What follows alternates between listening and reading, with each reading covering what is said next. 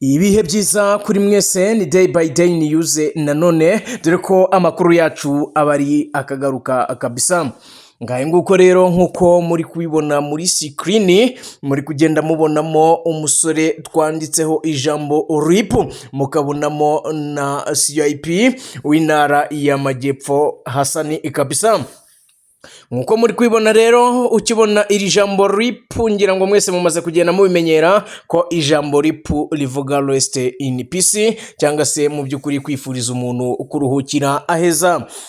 Uyu musore yishwe rero akubiswe udufuni mu mutwe, udufuni hafi 12. Uyu musore yaduhondaguwe mpaka apfuye. Uyu musore byimazeyo rero yaje kuba yicwa na mukuru we amukubise udufuni turenga 10 mu mutwe bapfuye ibiryo.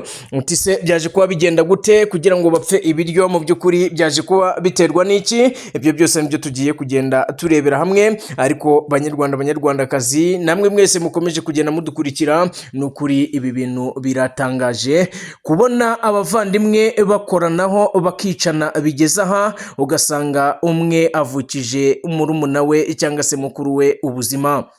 Muri kumva ko isi yacu iri kugenda igana ahantu habi mu by'ukuri.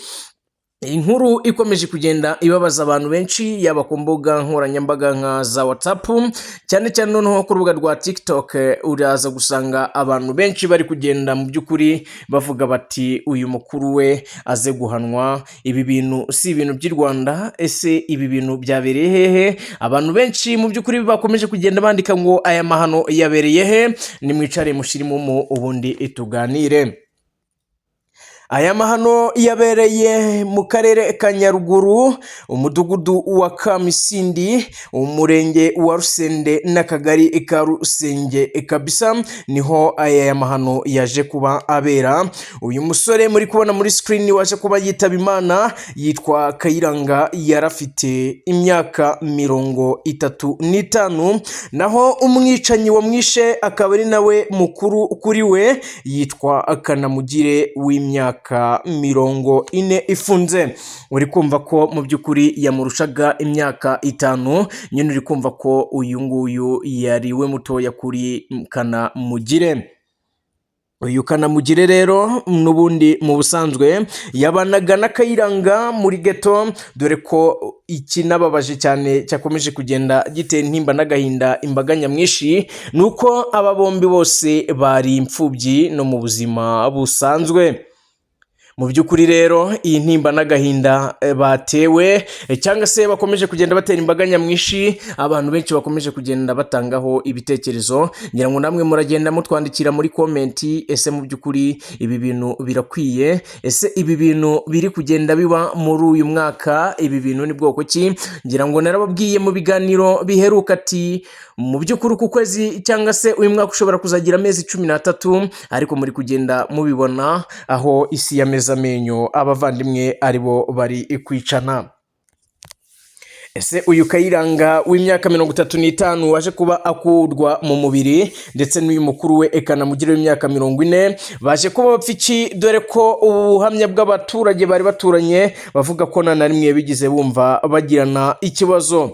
Ese byaje kuba bigenda gute? Ese byatewe n'iki? Mu by'ukuri byaje kuba bigenda gute kugira ngo bashobore kuba bakicana kandi ari abavandimwe? Uyu Kayiranga nkuko bisanzwe batashye mu ijoro ryashize, batashye nk'ibisanzwe ajya mu gikoni arateka. Nyine uri kumva yari muto kuri Kayiranga, yanamwubahaga cyane. Mu kujya guteka rero yatetse, asoje guteka we mu by'ukuri nyine ararya, ariko mukuru we aka kantu mugende mukibuka neza, mukuru we ntiyaza kuba yarya. Ubwo nyine byari mu by'ukuri ibiryo byari bihari, ahubwo wenda yarananiwe ntitwabimenya, ariko we ntiyigeze arya.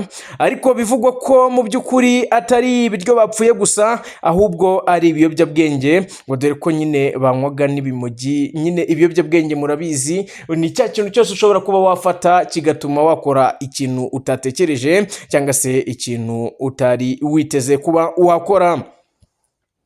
abavandimwe rero bamaze guteka, uri kumva ko uyu Kayiranga yaje kuba yakigira ku meza arafungura, amaze gufungura rero bararyama. Mu kuryama bukeye mu gitondo nibwo uyu Kanamugire yaje kuba ari byo atumvikanaho n'uyu murumuna we Kayiranga. Mu by'ukuri bavuga ko ngo yari yamucuze ibiryo, ngo ari byo yarari kuba yarari kumuhora, amubwira ati watetse ariko usigamo ibiryo bikeya. Nyine kusigamo ibiryo biza kuba biba ibintu bibi cyane, biza no gutuma uyu Kayiranga ahaburira ubuzima.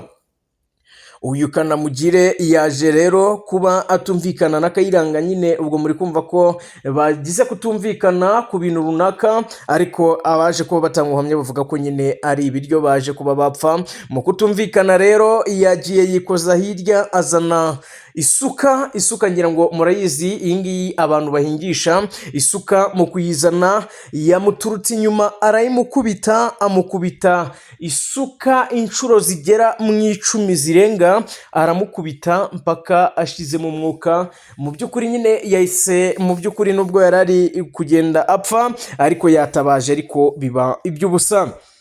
Uyu Kanamugire rero wakubise murumuna we udusuka twinshi akageza amwishe, ubu afungiye kuri sitasiyo ya polisi ya hariya Rusenge. Yaje kuba atabwa muri yombi n'inzego z'ibanze.